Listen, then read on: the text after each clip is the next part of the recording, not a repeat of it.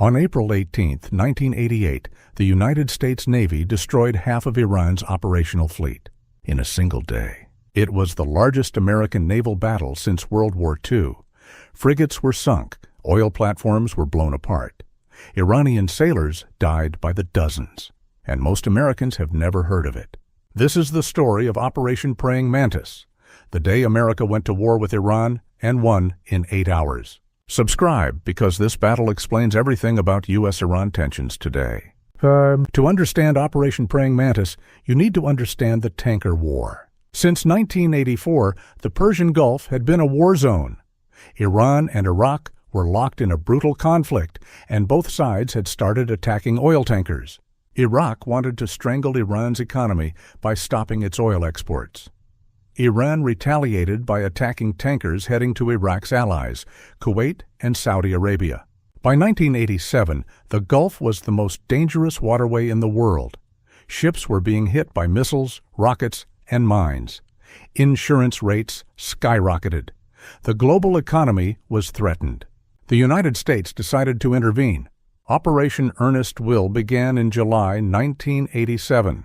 American warships would escort Kuwaiti tankers, reflagged as American vessels, through the dangerous Gulf waters. It was a massive commitment, and it put America directly in Iran's crosshairs. The Iranians didn't back down. They laid mines in shipping lanes. They attacked tankers with speedboats. They fired missiles at anything that moved. And they had a secret weapon, the Revolutionary Guard Corps Navy. Unlike Iran's conventional navy, which had frigates and destroyers, the Revolutionary Guard operated small, fast boats. Bog hammers, they were called, armed with rockets, machine guns, and RPGs. These boats would swarm out of Iranian ports, attack a ship, and disappear before anyone could respond. It was asymmetric warfare before the term existed, and it was effective. The United States responded with Operation Prime Chance. Special Operations helicopters, flown by the legendary 160th Special Operations Aviation Regiment, the Night Stalkers, began hunting Iranian boats at night. Using night vision and infrared sensors, American helicopters would find Iranian mine-laying vessels and attack them. On September 21, 1987, they caught the Iran Ajr, an Iranian ship actively laying mines in international shipping lanes. Army helicopters attacked the vessel. Navy SEALs boarded and captured it. In the holds, they found more mines ready to be deployed. It was proof that Iran was mining international waters. The evidence was undeniable. But the mines kept coming. On April 14, 1988, everything changed. The USS Samuel B. Roberts was a Perry-class frigate, the same class as the USS Stark, which had been hit by Iraqi missiles the year before. The Roberts was on patrol in the Central Gulf when she struck a mine. The explosion was devastating. The mine, an M08, a simple contact mine of Soviet design, blew a massive hole in the ship's hull. The blast cracked the keel, flooded the engine room, and nearly broke the Roberts in half. 10 sailors were seriously injured. The ship began to sink. But the crew of the Roberts refused to let their ship die. For hours, they fought fires, sealed compartments, and pumped water. They shored up buckling bulkheads with mattresses and wooden beams. They performed damage control that would later be studied at every naval academy in the world. The Roberts survived, barely. When divers examined the hull, they found something critical. The mine that hit the Roberts was from the same batch captured from the Iran Ajr 7 months earlier. The serial numbers matched. Iran had attacked an American warship. The evidence was conclusive. President Reagan authorized retaliation. Operation Praying Mantis would be the largest American naval action since World War II. The objective was clear: destroy Iranian military assets in the Gulf and send a message that attacks on American ships would not be tolerated. The plan called for simultaneous assaults on 2 Iranian oil platforms, Sasan and Siri, which Iran had converted into military outposts. These platforms housed radar equipment, communications gear, and anti-aircraft guns. They were used to coordinate attacks on shipping, but the real objective was to draw out the Iranian Navy. American commanders wanted a fight.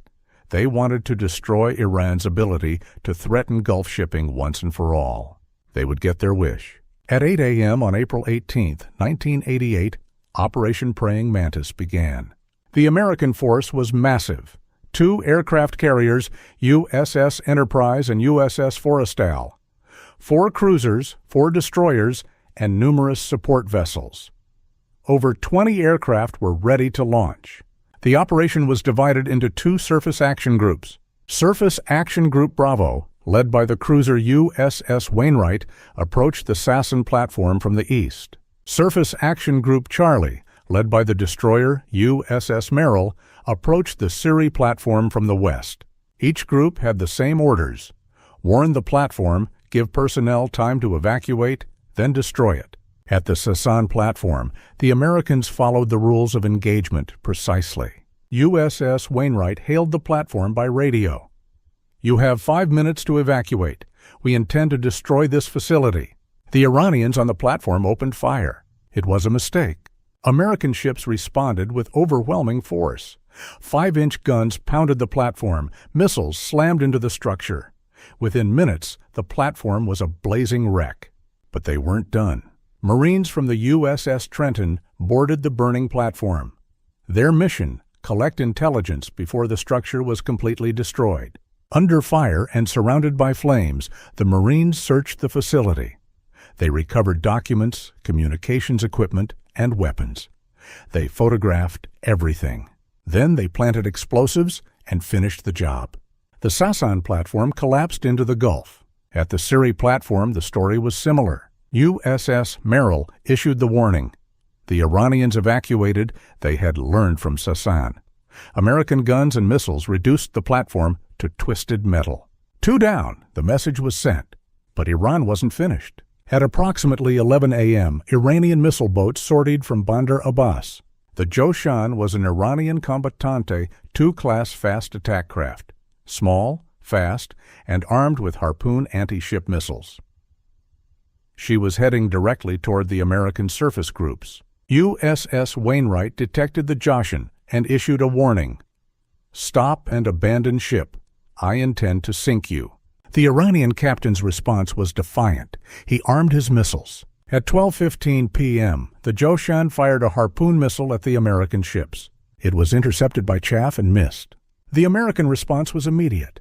USS Simpson fired a Standard missile. USS Wainwright fired another. Both hit. 6 intruders from the Enterprise screamed in and dropped cluster bombs. The Joshan was torn apart. Her crew abandoned ship as she burned and sank. It was the first surface-to-surface missile engagement in U.S. Navy history.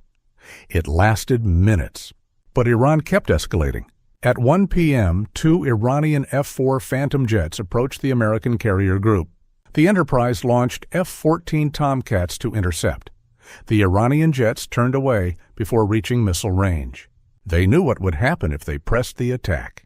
Then came the frigates. The Sahand was one of Iran's most capable warships, a British-built Vosper Mark V frigate armed with missiles, torpedoes, and a 4.5-inch gun. At approximately 3 p.m., the Sahand sortied from Bandar Abbas and began moving toward the American groups. American aircraft found her first. 6 intruders from the Enterprise attacked with Harpoon missiles and laser-guided bombs. Multiple hits. The Sahand caught fire. USS Strauss moved in and fired another Harpoon, direct hit. USS Joseph Strauss fired a 3rd Harpoon for good measure. The Sahand was engulfed in flames. Her ammunition began cooking off. Explosions ripped through the ship. By evening, the Sahand had sunk. Most of her crew went down with her. But there was still one more. The Sabalan was the Sahand's sister ship, identical in design and armament. When she heard that the Sahand was under attack, the Sabalan sortied to help. It was a fatal decision. 6 intruders found the Sabalan and attacked. A 500-pound laser-guided bomb struck the frigate directly on her stern. The explosion disabled the ship. She was dead in the water, burning, unable to fight or flee. The pilots radioed for permission to finish her. At this moment, something unexpected happened. The order came from Washington: do not sink the Sabalan. The Reagan administration had made a calculation. Destroying one frigate was a message. Destroying both might escalate into full-scale war. Iran needed to be punished, but not humiliated completely. The Sabalan was left burning but afloat. Iranian tugs eventually towed her back to Bandar Abbas. She would be repaired and returned to service years later. But on April 18, 1988, she was a shattered hulk. Operation Praying Mantis was winding down. By 6 p.m., the battle was effectively over. The butcher's bill was devastating for Iran. 2 oil platforms destroyed. 1 frigate sunk, Sahand. 1 frigate crippled, Sabalan. 1 missile boat sunk, Joshan. Multiple smaller boats destroyed. At least 56 Iranian sailors killed. Untold millions in damage to Iran's naval capabilities. American losses. 1 helicopter crashed. Mechanical failure, not enemy action. 2 crew members lost. In a single day, the United States had destroyed half of Iran's operational naval fleet. It was the most one-sided naval battle since World War II. The message was unmistakable. America controlled the Gulf. Challenge us, and you will be destroyed. Iran got the message. In the weeks following Praying Mantis, Iranian attacks on shipping dropped dramatically. The Revolutionary Guard boats stopped their swarming tactics. The mines stopped appearing. 2 months later, the Iran-Iraq War ended. Iran, exhausted and now facing an enemy that had proven it could annihilate their navy in an afternoon, agreed to a ceasefire. The tanker war was over, Operation Earnest Will wound down, American ships went home. But the impact of Praying Mantis extended far beyond 1988. For Iran's military, April 18th was a humiliation they never forgot. They had faced the United States Navy in open battle and been annihilated. Their ships were burning, their sailors were dead, their pride was shattered. The lesson was clear: never fight America in a conventional naval battle. So Iran changed its strategy. The Revolutionary Guard Corps Navy abandoned traditional naval warfare. Instead, they developed asymmetric tactics, swarm attacks, mines, anti-ship missiles, fast boats that could harass and retreat. They invested in underground missile bases hidden along the Gulf Coast. They developed ballistic missiles that could threaten ships from land. They created a doctrine designed to make the Strait of Hormuz a death trap for any American fleet that tried to enter. Everything Iran does in the Gulf today, the drone swarms, the mine-laying, the speedboat harassment, traces back to the lessons of Praying Mantis. They learned they couldn't match American firepower, so they learned to fight differently. There's a dark coda to April 18, 1988. Just 2.5 months after Praying Mantis, on July 3, 1988, the USS Vincennes shot down Iran Air Flight 655. A civilian airliner, 290 passengers, 66 children, all gone. The Vincennes was operating in the same waters where Praying Mantis had been fought.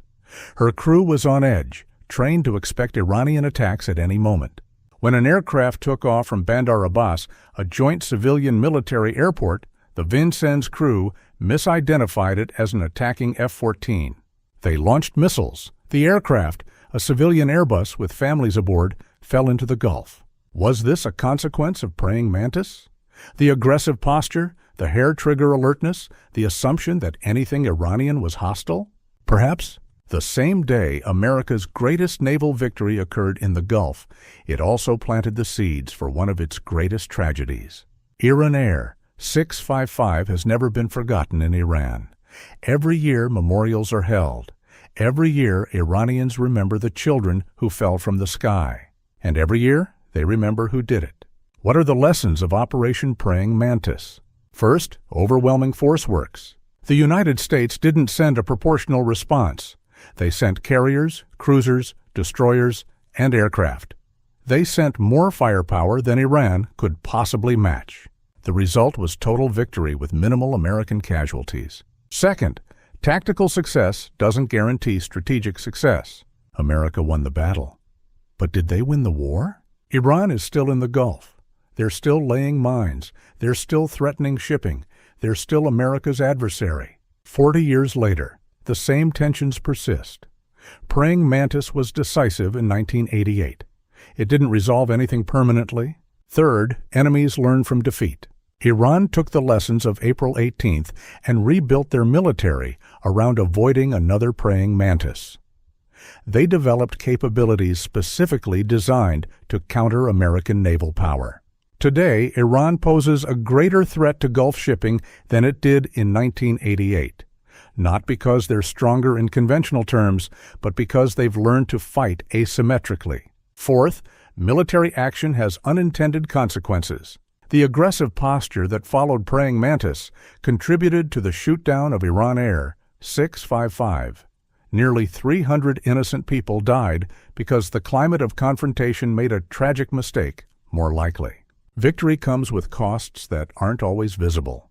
The men who fought at Praying Mantis deserve recognition. The pilots who attacked the Sahand and Sabalan, flying into anti-aircraft fire to destroy ships that could have threatened their fleet. The Marines who boarded a burning oil platform to collect intelligence. The sailors on the Wainwright and Simpson who fired the missiles that sank the Joshin. The crew of the Samuel B. Roberts, whose extraordinary damage control saved their ship and set the stage for retaliation. They fought the largest naval battle of their generation. They won decisively, and most Americans have never heard their names. The Samuel B. Roberts was repaired and returned to service. She served for another 27 years, finally being decommissioned in 2015. During her career, she earned the nickname Defender of the Gulf, a reference to the crew's heroics on April 14, 1988. The ship that nearly sank became a symbol of American resilience. The mine that hit her, a simple contact mine, probably costing a few $100s, nearly destroyed a $200 million warship. It's a reminder that even the mightiest Navy is vulnerable to asymmetric threats, a lesson that remains relevant today. Operation Praying Mantis was America's last major naval battle. Since April 18, 1988, the U.S. Navy has not engaged in surface combat against another nation's fleet. There have been strikes against land targets. There have been cruise missile attacks. There have been confrontations with Iranian boats. But no fleet-on-fleet engagements, no ship-to-ship missile exchanges, no frigates trading fire. Praying Mantis may remain the last naval battle the United States fights, or it may be the template for the next one. If war comes with Iran again, the Gulf will burn once more. The tactics will be different. The weapons will be more advanced. But the geography will be the same. And the ghosts of April 18, 1988 will watch from beneath the waves. April 18, 1988. One day, 2 platforms destroyed, 2 frigates sunk or crippled, 1 missile boat destroyed. Half of Iran's navy gone. The largest American naval battle since World War II. And a warning that still echoes. Don't challenge the United States Navy. Iran didn't listen. They're still there, still hostile, still dangerous. But they've never forgotten Praying Mantis. And neither should we. Subscribe for more military history that explains today. Share this video so Praying Mantis isn't forgotten. Comment, should America have sunk the Sabalan too? This video is for the crew of the USS Samuel B. Roberts. They saved their ship. They made victory possible. They are the defenders of the Gulf. The Iranian vessels destroyed that day represented years of investment. The Sahand and Sabalan were British-built frigates purchased by the Shah in the 1970s. They were the most capable surface combatants Iran possessed, designed for anti-submarine warfare and equipped with modern missiles and sensors. Losing them was like losing 2 fists in a boxing match. The Joshan was a French-built fast attack craft, small but dangerous. Her Harpoon missiles could have sunk an American ship if they had hit. The oil platforms were worth tens of millions of dollars, not just for the oil they produced, but for the military equipment they housed.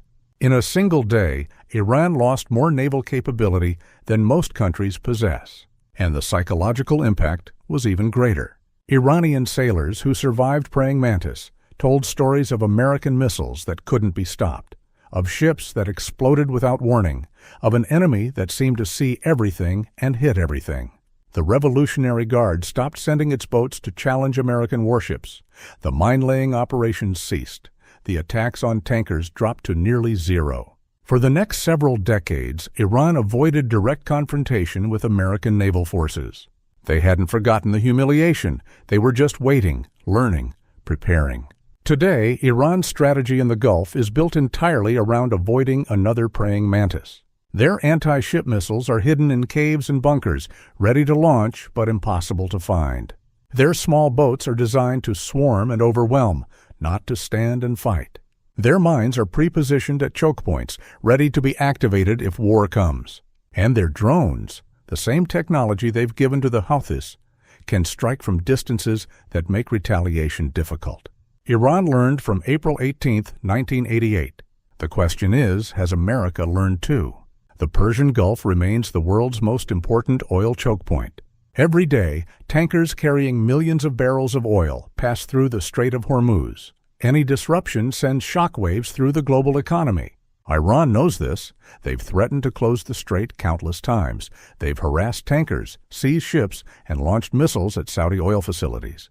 The shadow of praying Mantis hangs over every confrontation. Both sides know what American firepower can do. Both sides know what Iran will risk. And both sides know that the next battle, if it comes, will be far bloodier than the last.